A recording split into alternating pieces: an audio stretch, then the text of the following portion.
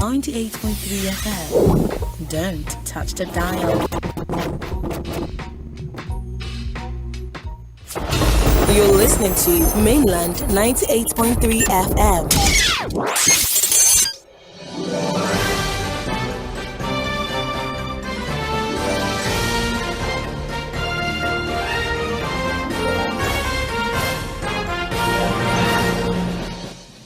Good morning and thank God it's Friday. Haha, you're listening to Mainland 98.3 FM, the sound of Lagos.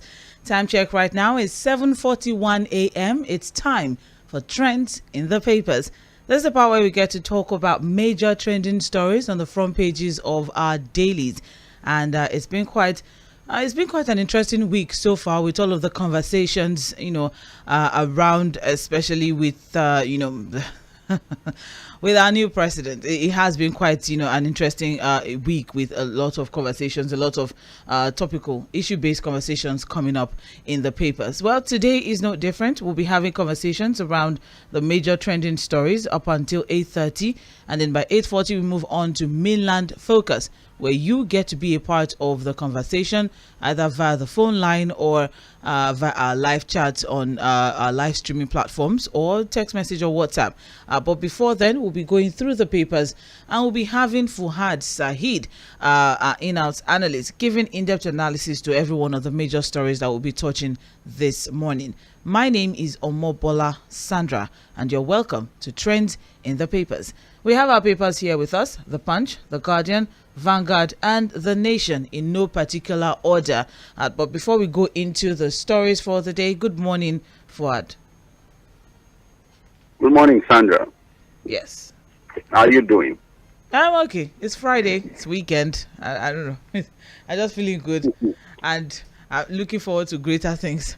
I've been hearing palliatives between yesterday evening and this morning. I don't know. I've been hearing palliatives. Palliatives from where? From where? From the federal government. Palliatives? Okay. I'm not hearing anything. No. I've been hearing palliatives. And I don't know why I'm excited. Nice. I'm not even a civil servant, but I don't know how it affects, the private sector. Is there anything that they're putting in place for us in the private sector? If anything is being put in place for the civil workers, and I'm just hoping that. Do you want me to tell you the truth? Yes, please. Always. Take care of yourself. Just take care of yourself. Yeah, that's very painful. All right. Let's see what we have here on the front page of the Punch newspaper. The major headline: APC bigwigs jostle for ministerial slots.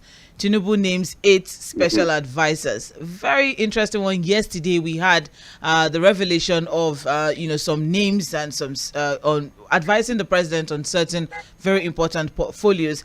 And of course, we had been looking forward to this particular one after the inauguration of the president, and then the legislatures.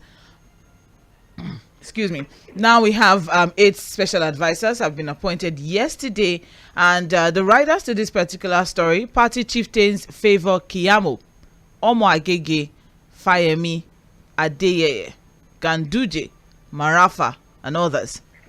Wale Edun appointed special advisor on monetary affairs.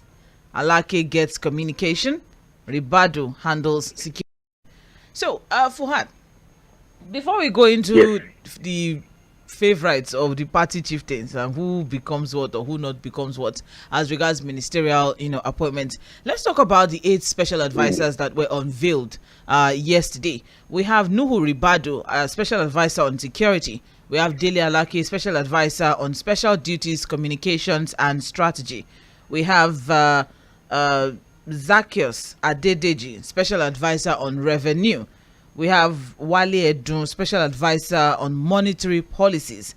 We have Darazu, special advisor on political and intergovernmental affairs. We have Anas, special advisor on health. We have Veheje, special advisor on energy. And then we have Uwajumogo, special advisor on industry, trade, and investment. And one thing people have been able to pull out of this lineup is the fact that these aren't known politicians. They're not, what you would call career politicians. They're more or less like technocrats. But what are your thoughts as regards this lineup of special advisors that were unveiled yesterday? Well, we have 8 now. The president will be choosing 20 since he has approval to choose 20 special advisors. Some of them we know very, very well. At least, if we don't know any other person on that list, we know Mr. Daily very, very well. He has been very Although vocal. There have been rumors about whether he's very, not only vocal, very influential too. I think there has not been any sign that a statement has been issued from the presidency, or maybe a photo up of the president doing something without us seeing Mr. Daily in that picture, at least in the last 2 weeks of this new presidency. So he's been very influential. Yeah, and it's not also new to the Tinubu dynasty, political dynasty. He was a commissioner in Lagos. He's been there all through the Tinubu era. Maybe not in an appointed position, but he has always been a member of that political, structure of Ajibola Tinubu. There have been situations, there have been rumors that, look, he was favored to become Minister of Information. There was a time a particular news came up, he was later debunked, but now this is official. I've been appointed as special advisor on information. We also know Mr. Wale Edun. Wale Edun is also a former commissioner. He's also a member of the Tinubu political dynasty. There is been around and all of that. Now we have 8. We also know Mr. Nuhu, who there have been rumors whether he was going to be the national security advisor, but now he's a special advisor on security. And there have been arguments out there to whether there's a difference between special advisor on security or national security advisor. There's been that talk now whether, if you have a special advisor on security, is it the same national security advisor? The NSA. And I think that those are, so whether it's semantics, I think, for me, I think the special advisors, Sandra, are going to be working more closely with the president. If you understand what I'm saying. These are going to be inner caucuses, people who are going to be seeing him almost on a daily basis. Because, hey, people are saying that, look, between a minister and a special advisor, which one carries a bigger power? On the surface, you would say a minister. But if you understand what is called the power of the presidency, and I think a lot of conversation around the presidency was more during the Buhari presidency, where you knew that there were people in-house who were the inner caucuses of the presidency who had bigger power than even the ministers that we see on a daily basis. So on that note, I think the special advisors could be more influential than even ministers, because these are guys that will be working on a daily basis, advising the president. Now, this is it, Sandra. You said we are going to talk about the favorite for ministerial position. I must say something, Sandra. Now, these are for these special advisors. I think we are seeing more of technocrats. They are not really career politicians. Some of them, yes, have ventured into politics and all of that, but they are not in and out politics, we know. But for the ministerial list, Sandra, I want to predict that what you are going to see majorly will be politicians. Yeah, because... And if you look at... Okay, I'm with you. If you look at the list already, or what is already been put in the papers, you will see that we are probably going to be seeing more of former governors, Senators, former party chieftains, and all of that. That's what you are probably going to find. You know why? And I was just discussing with a number of colleagues this morning that, look, for the special advisors, these are Tinubu's appointees, the people he wants. And I think we should now pay more attention to these special advisors, because they are going to be with him. For the ministers, I think it's going to be ceremonial. I'll tell you why. The Constitution says that each state must have a minister, each state of the federation. And I must tell you that when it comes to choosing ministers from each state, Tinubu would have to talk to party chieftains from those states on his choice of ministers. Okay. And that's why I think that for the ministerial positions, we probably might see more of former governors, career politicians, the same old of the old, same old. political big wigs and all of that. I have here that party chieftains are expressing concerns, as regards ministerial appointments, that there are concerns that the president will face a tough time picking his ministers with the party, having losing governorship and senatorial elections in states such as Zamfara, Plateau, Delta, and Kano. So they're expressing that he must take care of some of those lost elections. And here we are, that there was a meeting that was held with senators on June 7, where Tinubu assured those who lost elections and members that were not endorsed by the party that they would not be left out. So I think that's a major headache that is going to be for the APC as regards ministerial appointments. Or what do you think? The major headache for the APC and people looking for appointments and positions. And that's what, look, I think we should pay attention more. Yes, I'm sorry, it's not my own headache, and it can't be your headache, I'm sure. No. But I think that we should pay attention to these special advisors. Okay. We are seeing some news. When it was yesterday, I took a bit of research on each of those individuals, and I see that these are career people, these are technocrats. Like the man from Oyo State that was going to be in charge of revenue. He's a chartered accountant, he's a first-class graduate. Yes. So these are smart technocrats who I think can own their own in the corporate world. I think that my attention will be more on these special advisors and the kind of advice we're going to be getting from them to the president and the presidency. See, they're going to be more of the inner caucus of the presidency. Seeing the president on a daily basis. In fact, the working for people who understand the way the presidency works is that, look, if, for example, Sandra, you have the Minister of Information presenting a proposal to the president, the president will not act on it until the special advisor on information comments on it.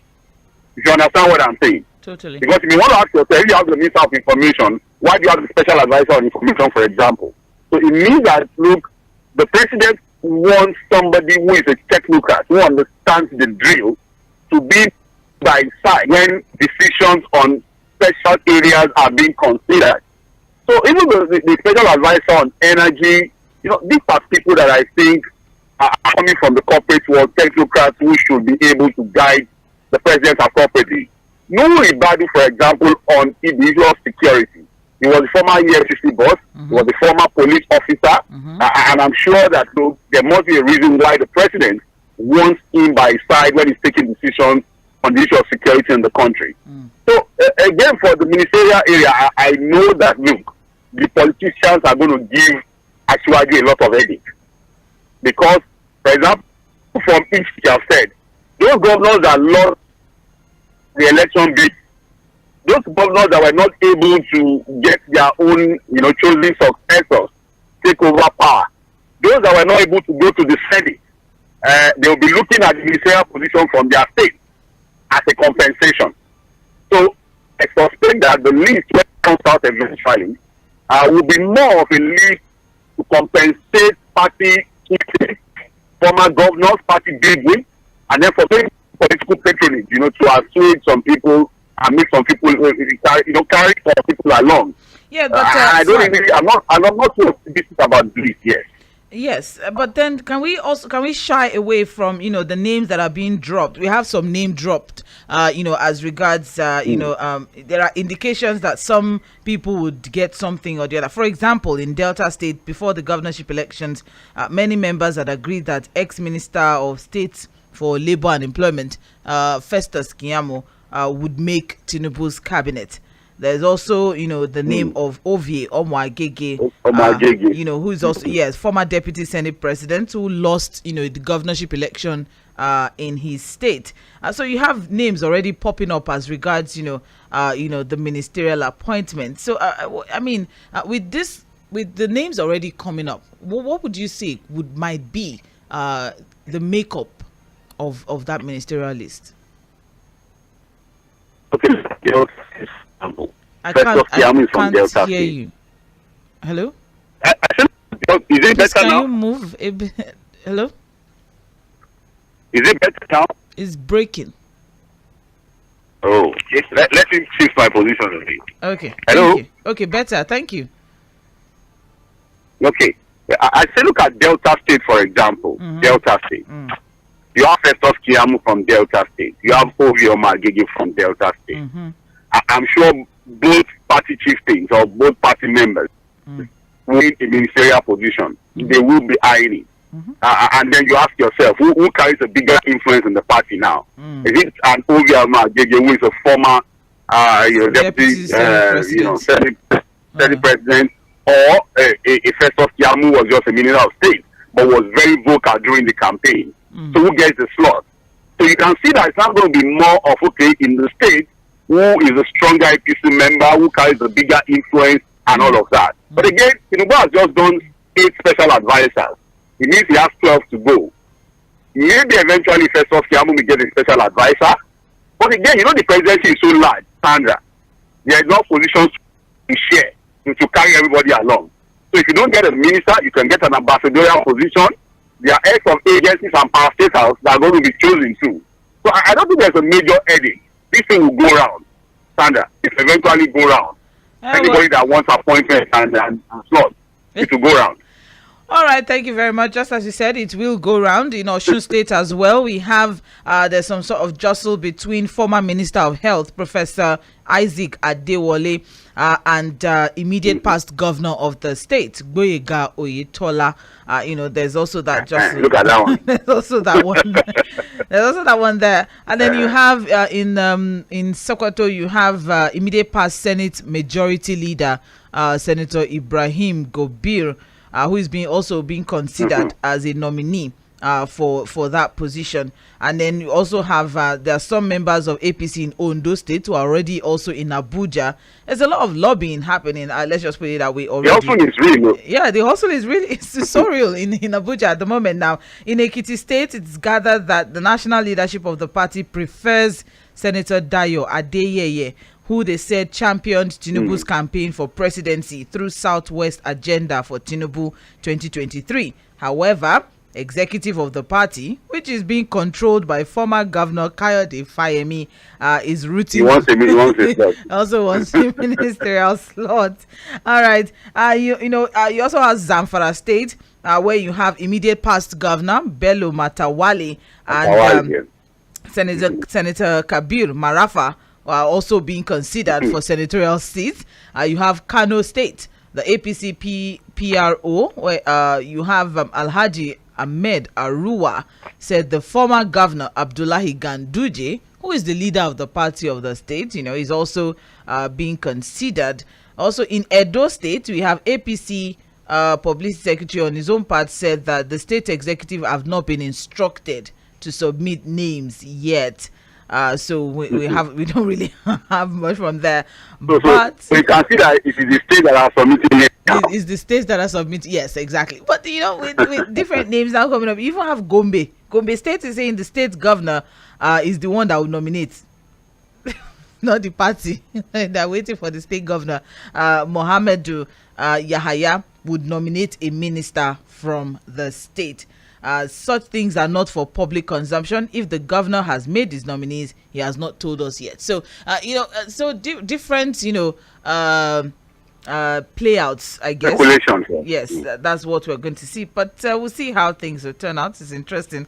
I'm looking forward to what will happen in Ekiti State, for example, between Fayemi and Adeyeye. But then more details on page 2 of the Punch newspaper. It's going to be quite an interesting one. The APC national leadership, according to this report, has promised that we're not going to have a repeat of what we had in 2015, where we had to wait, where Nigerians had to wait six months for a ministerial list. So we'll see how things pan out. More details on page 2 of the Punch newspaper. Also, we have here on the front page of the Punch newspaper, EFCC summons Sirika, quizzes Nigeria air officials. So the story is on page 29 of the Punch newspaper. So, the Economic and Financial Crimes Commission has summoned the immediate past Minister of Aviation, Senator Hadi Sirika, to appear before the commission regarding the controversial launch of Nigeria Air in Abuja. And they've also reportedly also questioned officials of Nigerian Air, whose launch has continued to generate concerns among industry stakeholders. So, Fuhad, what can we make of this summon or this investigation? Yes. Well, it's good that the EFCC is inviting if there's a minister that needs to be invited. I think Adi Sirika should be one of the ministers of this immediate past government that should get invitation. In fact, it's coming almost too late for me. There are too many things surrounding this particular minister. I've listened to him trying to defend all of his actions and some of his achievements as minister. And some of those comments comes from, to me, from the position of arrogance. You know, when you are so arrogant to the point that you think nobody can call you to order, nobody can question you, you've done what you've done, and nothing can change. You know, even his recent comments have shown that, look, he doesn't even feel sorry for the compartment we saw with the Nigerian Air project. To him, I think it's a project that will still continue whether anybody likes it or not. And I think he's just faffing around, he's just joking. Look, this is a minister that has several issues, he needs to come and answer to a lot of these allegations. One of them, for example, Sandra, and the most recent, was the issue of the purchase of fire trucks for 12 billion naira. 10 fire trucks for 12 billion naira, each at the cost of 22 billion naira. Fire trucks. And look, when he was asked, the way he was justifying the cost of the truck, you know, it makes you feel somehow that, look, these guys don't even care. You don't understand what I'm saying, Sandra. Fire trucks, 0.2 billion naira each. We're getting fire trucks for an airline that doesn't have aircraft. No, even for our airports. You know, he was talking about the need to have fire trucks at our airports for safety reasons and all of that. And they had bought 10 for 12 billion naira, each for 1.2 billion naira. I'm like, really? A fire truck? Unless we are saying that, look, our naira has so been bastardized to the point where billions don't matter again. You know, we are now used to calling billions. Millions don't even make any sense again to us. Because if we can be buying one fire truck, unless we are saying that there are features in the fire truck that can justify that the fire truck can fly. You understand what I'm saying? Or maybe there are fittings in the fire truck that would extinguish any kind of fire without water coming from it. But if it is still going to be pumping water to extinguish fire at 1.2 billion, I have my doubts. I'm concerned about that cost. 12 billion naira. But again, these are things that happen, you know, when ministers just take decisions, public funds the way they like, they feel nobody can question them. But it's good that the EFCC have called it in. But Sandra, you know, we don't want a situation where you all see all this initial gaga. Everybody is being invited, everybody is being questioned, and at the end of the day, nothing happens. No follow-up, no prosecution. We have seen this thing before. The initial gaga of everybody is being questioned, everybody is invited, governors have been invited, you know, you see all manner of media trial, and at the end of the day, we can't see through any prosecution. I think we just have to wait to see what happens eventually. Well, as it's been reported here, it's not just former Minister of Aviation, Senator Hadi Sirika, that has been invited. We also have, you know, officials of Nigeria Air have also been invited. We also have the acting managing director, Captain Dapo Olumide, has also been invited for questioning as regards Nigeria Air. So many things, you know, so just as Fuhad has rightly pointed out, so many questions, so many hows, so many whys that needs to be answered. All right. Well, more details on page 29 of the Punch newspaper. Above the masthead of the Punch newspaper, we also have here Tinubu economic advisors propose customs NIMASA FIRS merger. All right. Here we are. And it's on page 29. So, President Bola Ahmed Tinubu Policy Advisory Council has recommended declaration of a state of emergency on revenue generation in the country. They have also proposed the merger of the Federal Inland Revenue Service, Nigerian Customs Service, and Nigerian Maritime Administration and Safety Agency, NIMASA, into the Nigerian Revenue Service, in order to enable an efficient collection of all direct and indirect taxes, as well as levies on behalf of the federal government. Fuhad, we have been talking about, a lot of duplicate. Oh no, this is not duplicate now. Yes, I know. Of duty, yeah. Yes.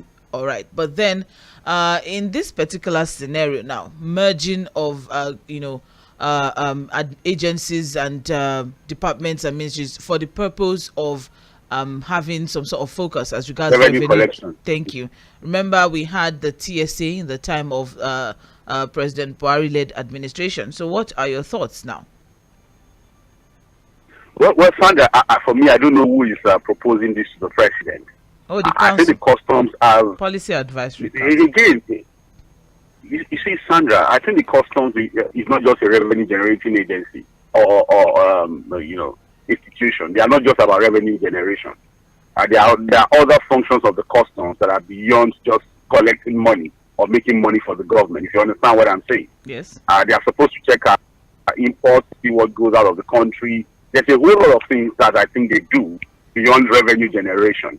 I also think the MASA, which is the maritime arm and all of that, has some other functions bigger than just revenue generation and all of that. So I don't know. Again, I think until we have a complete detail of this suggestion on why people think they should merge all of these things together, the FIRS, I agree, needs to be expanded. Because again, I think we have not widened our tax net enough. I'm not saying we should increase taxes, but widen the tax net so that more Nigerians can be captured in a tax system. A lot of Nigerians won't pay taxes, Sandra. A lot of Nigerians who make a lot of money. Recently there was this of a particular celebrity who have been displaying manner of wealth until when his show was built, and then she started to really confess about her wealth and all of that. So I think that a lot of Nigerians don't pay taxes. A lot of Nigerians are not captured in the tax net. So we may need to expand our tax system to widen the tax net to ensure that we're able to get more taxes from Nigeria, which should be finished. But to match some of these agencies and ministries, for me, on the basis of revenue collection, is not too tidy to me. But again, these are experts who are advising the president and assume that they know what they are saying. But again, Sandra, I hope that if there are issues with revenue collection and our tax system, I hope we are not going to be seeing a system where eventually we are not going to contract tax collection out again to a private organization who will now be collecting ridiculous percentages from our taxes on the basis of helping us to do the job. I think you understand what I'm saying. I'm just saying that we are not going to get to the point where the government will say, okay, for us to be able to properly widen the tax net, for us to be able to collect more taxes and broaden our tax system, we are going to contract it out to a private organization to help us out. And at the end of the day, some fees will now be collected for doing the job. We have a template in Lagos already that is working. They have a lot of questions around it. And I'm hoping that we're not going to see a duplication of such at the federal level. Because what is happening in Lagos State, there are still a lot of questions about the tax collection system in Lagos and revenue generation in Lagos, if you understand what I'm saying. Well, there's a lot that happens with alpha, beta, and all of these kinds of things that, I really don't want to go too much into that detail. But I'm just saying that, look, we can widen the FIRS, make them more structured to be able to stop more Nigerians in our tax system. All right. Thank you very much, Fuhad. But interestingly, there are other, aspects of this report that I also like to bring, that I would also like to highlight, because there are, other policies that they also, suggested. There are some other fiscal recommendations that were proposed, such as a policy directive that ensures proceeds from the sale of assets to settle existing federal government debt obligations. There's always been the conversation of some federal government assets. Yeah. Yes, some sale of some federal government assets that and they also there's also have here formalize illegal refineries and encourage modular refineries to create economic opportunity for the host communities. I don't know what you would make of that. That's a fantastic one. That's a great one. I agree. We've always talked about these things. Yeah, okay, let's have the whole thing and then we can talk about it. Okay. They also propose one-off personal income tax reliefs for low-income earners for up to a year as non-cash palliatives to cushion the effect of fuel subsidy removal. That's another one. They also advised on the need to achieve a domestic refining capacity of 2 million barrels per day while creating economic opportunity for the host community, just as I mentioned earlier. The advisory also read, ramp up production capacity to 4 million barrels from offshore and onshore assets within 4 years and grow crude oil revenue and savings into ECA and NSIA. Aggressively grow domestic refining capacity. Okay, I've mentioned that. There's also leverage blockchain to create and provide access to a government land registry and regionalize and concession the power transmission grid. Furthermore, they also proposed the extension of old Naira circulation till December 2024 in order to resolve the cash shortage situation if required. They also advised a 5% monthly gradual removal of the old notes and replacement with new notes through deposit money banks. To transform Nigeria to become Africa's most efficient trading nation, decongest the area up to 4 kilometers around the ports and designate them for cargo, roads, and railway. Enforce the presidential directive on 48-hour clearance of goods at seaports in line with Executive Order 001. Redefine the performance measures of key agencies of government to emphasize trade facilitation and set up a whistleblowing mechanism that enables and empowers transporters to report and escalate issues with the various authorities while transporting food and other critical items. Fuhad, I don't know if you're able to get all of that. And okay, all of these suggestions are fantastic. Yes. In fact, Nigeria will become an El Dorado of some sort if the government can achieve all of these targets. Look at what is being proposed or being advised in the oil sector. Just imagine, Sandra, that we can do 2 million barrels per day. Refining 2 million barrels per day, about 4 million barrels per day. Because again, all our 4 refineries, all our 4 government refineries, Sandra, only have a capacity of about 450,000 barrels per day. So if we can do 2 million, 4 million barrels, Sandra, that will be a big one for the country. If you understand what I'm saying. Yes. And then, of course, the suggestions of legal refineries, making them legal for host communities. Why destroying them? We've always talked about it. The modular refineries and all of these other things. Can we make them legal, give licenses to people, look at what they are doing, so that we can show up our local refining capacity? Immediately work on our existing refineries, whether we're going to consortium them, sell them outright, maybe privatize them or something, so that we can begin to refine locally. Because again, whether we like, that would also help with our forex. It would help with our foreign exchange earnings. It would help with, our local capacity to be able to be self-sufficient when it comes to PMS. So all of these suggestions are fantastic, Sandra. Coming from the Economic Council, very, very good suggestions. I think that they are doable, really. All of the things you've read out. All right, then. Doable, but it will require hard work, Sandra. It will require hard work. It will require being deliberate about it. It will require paying attention to details. And ultimately, Sandra, the biggest one that messes up all good suggestions and ideas in Nigeria, the issue of vested interest and corruption. All right. Well, when you now begin to see people who don't have any business in business getting, contracts, getting all manner of things. If we can do all of these things selflessly with determination, hard work, and fight corruption from getting here, Sandra, we can achieve this. These are achievable for Nigeria. Thank you very much, Fuhad. The story is on page 29, and for those of us who are curious, members of this Policy Advisory Council are Senator Tokunbo Abiru, who is the chair, Dr. Yemi Cardoso, Sumaila Zubeiru, and Dr. Doris Anite. Those are members of this particular Policy Advisory Council. All right, we also have here fuel subsidy. NEC mills 702 billion naira as workers' allowance. So that is the palliative I was talking about, Fuad. And I was saying... Very quickly, because we have a lot of other stories to look at. The National Economic Council said it considered recommendations from the National Salaries, Income and Wages Commission to pay 702 billion naira as cost of living allowance to civil servants as part of intervention plans to mitigate the effects of the discontinuance of petroleum subsidy. So, I'm listening to you. It has been revealed by Governor of Bauchi State, Bala Mohammed, that the intervention includes a recommended sum ranging from 23.5 billion naira to 45 billion naira per month as petroleum allowance for civil servants. According to him, how much will each civil servant get? That's the interest for me. There's no breakdown. It's just the lump sum. To be, you can't just lump up figures. It's just no, I'm not going to fall for an idea of lumping up figures together for me. This intervention as petrol allowance, how much will go to each civil servant at the end of the day? Mm-hmm. I was curious as regards that. I tried to dig deep, and then I of course I don't have the data of how many what's the numerical strength of the workforce of civil servants in civil service.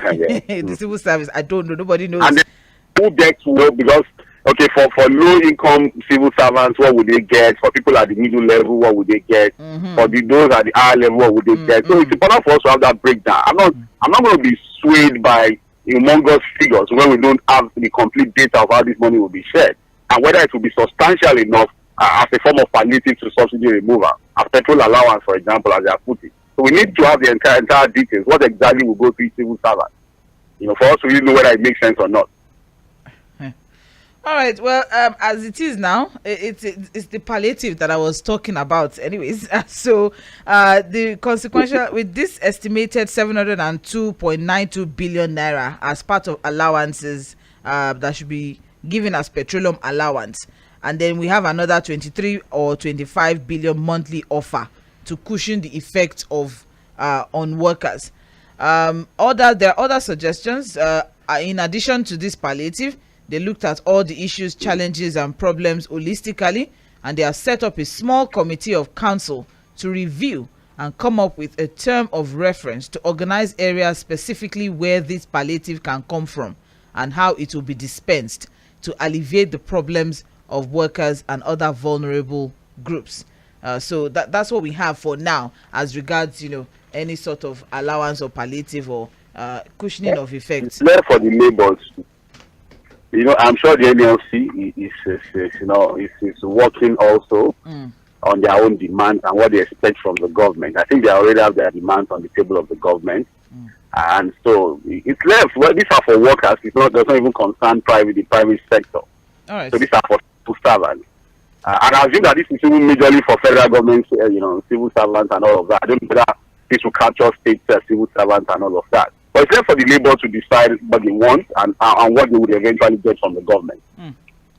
You're listening to Trends in the Papers on 98.3 Mainland FM. We're looking through major trending stories on the front pages of our papers. We're just through with the Punch newspaper. We'll move on now very quickly on to Vanguard newspaper. Don't forget that we're live on Facebook and YouTube at Mainland 98.3 FM. I have Fuhad Saheed with me via the phone line, and my name, of course, still remains Mobola Sandra. On the front page of Vanguard newspaper, the major headline there: Tinubu to National Economic Council. No excuse for failure. And there are riders to that. NEC considers payment of 703 billion naira to workers as palliative for subsidy removal. Mills legislative financial support for vehicle manufacturers to approach World Bank for loan. Daily consumption drops from 66 million to 41 million. Fuhad, I think we should have a toast. We should have a toast to that. Finally, the figure of daily consumption has changed. We are getting reasonable figures. This deserves some sort of conversation around that. Or what do you think? Daily consumption has dropped from 66 million liters per day to 41. I'm trying to get more details of that, to 41 million. That's what we have now. So, oh yes, Sandra, yes, I'm with you. This also, buttresses the fact that look, we need to probe the activities of the NNPC. These are public people have stolen with very funny, crazy, figures all through the years. The figures are going to drop because there's no subsidy to steal again. Because again, if you add up the figures, what would you get eventually? Nothing.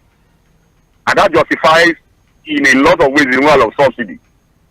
Even though I always say that, look, subsidy is not the problem, but the way we manage it in Nigeria.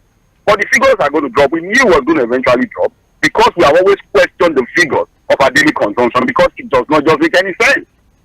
And so if the figures are now dropping, it now means that people have been stealing from the country and they must be investigated and we must recover our money.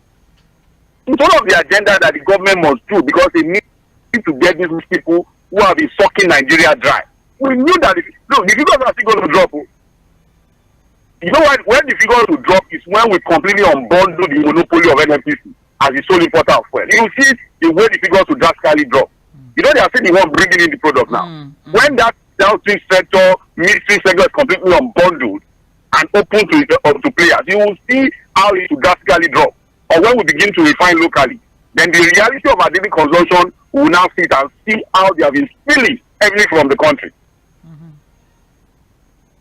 All right. Thank you very much. While there are other stories, honestly, I apologize. We may not be able to take all of that, but we have already had a conversation as regards the palliative preparation that is being put in place with 703 billion naira being put but together. But Sandra, you and I, are we not going to get any palliative from the government? Are we not Nigerians? You know, I mentioned this thing earlier. You were laughing at me. I said, as a private, no, the reality just dawned on me now. As a worker in the private sector, they say petroleum allowance. Fuhad, petroleum allowance. Yeah, I mean, government will do well. And this is maybe they will give us our own in a different way. They may just be crediting our account. At least we all have big. How would they have our account? How would they have our account? How? I know there's BVN that they work with the banks. Remember that there's somebody that they have been asking questions as regards how they spent over 90-something billion naira. Like me, I'm not demanding too much from the government. For petrol allowance, you can give me 70,000 every month. I'll be fine. Just 70K every month. You should be in Abuja. Just every month. Join the other people that are in Abuja trying to the hustlers. The hustlers in Abuja should be there. But on a more I'm fine in Lagos. On a more serious note, Fuhad, I think it is something that should come up, in conversations, or whoever it is that are making these conversations, with consideration for civil servants, that petroleum allowance, and that's just one. There's another monthly allowance that's also going to be put out. So there's the petroleum allowance, and then there's a monthly offer, that is also going to be set aside, and that's about 23 to 25 billion naira monthly, whereas we have the 702.92 billion as petroleum allowance that's been set aside. So I think it's something that we should be considered. What exactly happens to the private sector? But more details apart from Sandra. Yes, apart from that, Sandra, sorry. I'm not too excited with these big figures on what goes to each individual as a civil servant. Okay. Before I begin to, all of these big figures, by the time they break it down, now you see that it doesn't amount to anything. All right. So let's just, but for private workers, maybe God is our savior. Thank you for that. I am so sorry that I have to rush you, but there's so many stories. Yes. The story is on page 5, by the way, for those who would like to get more details. I also have here on the front page of Vanguard newspaper, federal government appoints FBI Academy alumnus to call as acting EFCC chairman. That is on page 9. Fuhad, Chukol has a lot of relationship with a lot of international security agencies, and also and before he was appointed as acting EFCC chairman, he was director of operations in EFCC. The story is on page 9 of Vanguard. Just 10 seconds. Okay. 10 seconds. Personnel reform is important. I agree. You can change personnel, change people. This is a man that has been a part of the system, so I doubt he may not really bring anything new. Bauer also, look, if you see the CV of Bauer, the trainings he has gone to before he was appointed, you'll marvel. But did he bring anything new to the table? No.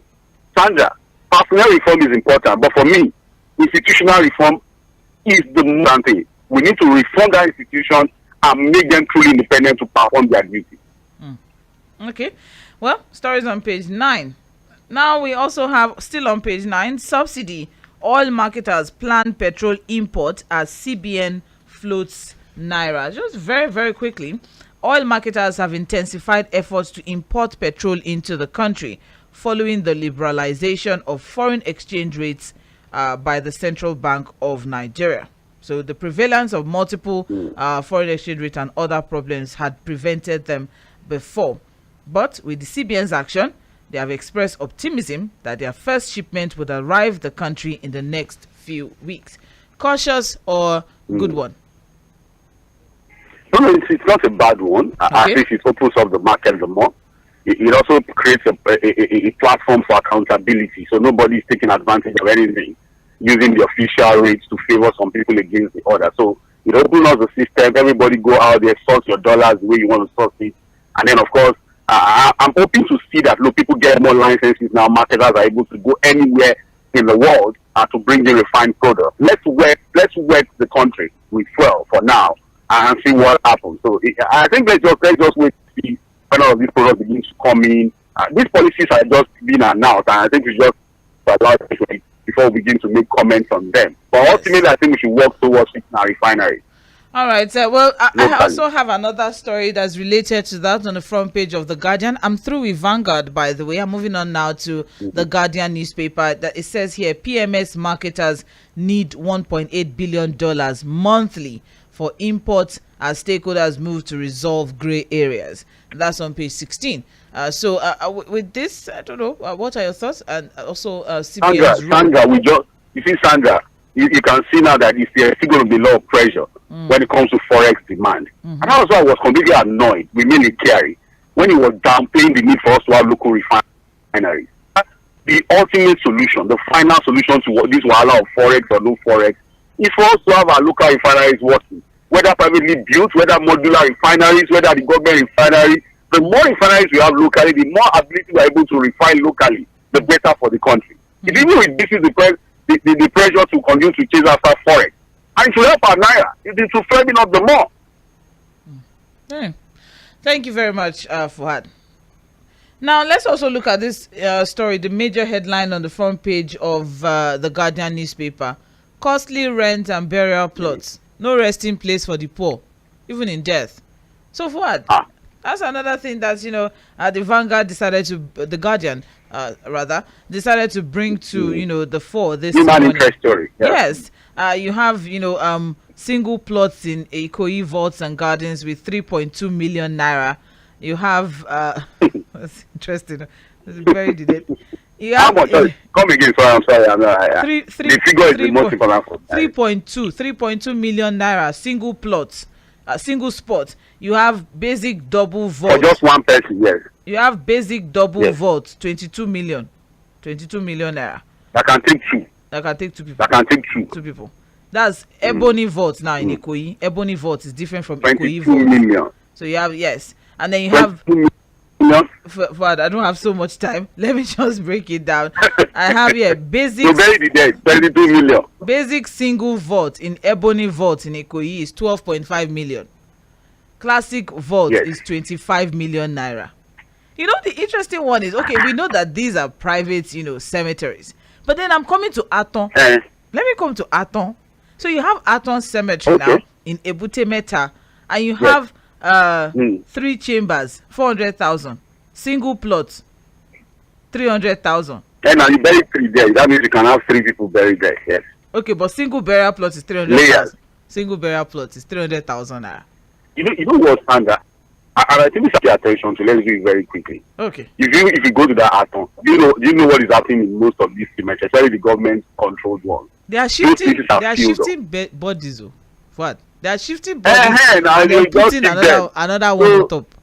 That's what is happening there. There are in fact, there's no new place again. It's the old one that they are shifting old bodies, and then new people who are buried there. And then when they decay, after some years, they shift it again. When you go there, you see what is happening now. So I don't know whether we need to create more cemeteries. I don't know. I think Fashola was the one that approved this incineration, where bodies can be burned. The Indian culture. Cremation. But I think there was a lot of backlash. Cremation, sorry, thank you. But he approved it then because of this same problem. But there was a lot of religious backlash. That is encouraging people to be burning their corpses and all of that. But But again, I think that's one thing the government needs to pay attention to now, whether we look at cremation, the option of cremation, or we open more cemetery. Or we just look, people should go and bury their dead in maybe the villages. What do you think about that? No. There are rules about burying the dead at home or in private land. I think there are states who even have laws against that. I mean, decongesting cemeteries in Lagos. Bury your people in cemeteries in your hometowns. What about that? A lot of people do that. What are people who have Lagosians, for example? Where do we go? I'm in Lagosian. Maybe you should buy land though, because the way things going. 22 million. Land is expensive in Lagos now. 22 land million. is expensive in Lagos. What? If you have 22 million, buy a plot of land with ag view, and then you can. You can see that for everything in life, Sandra. There's class.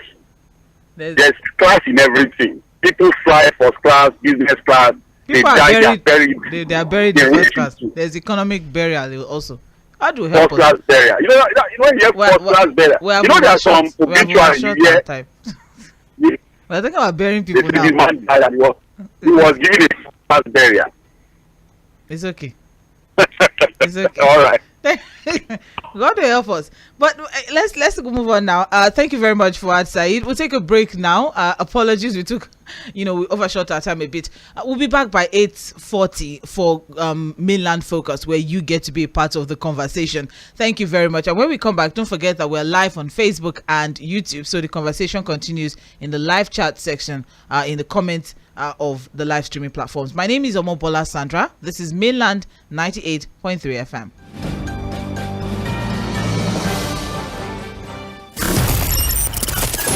Fantastic.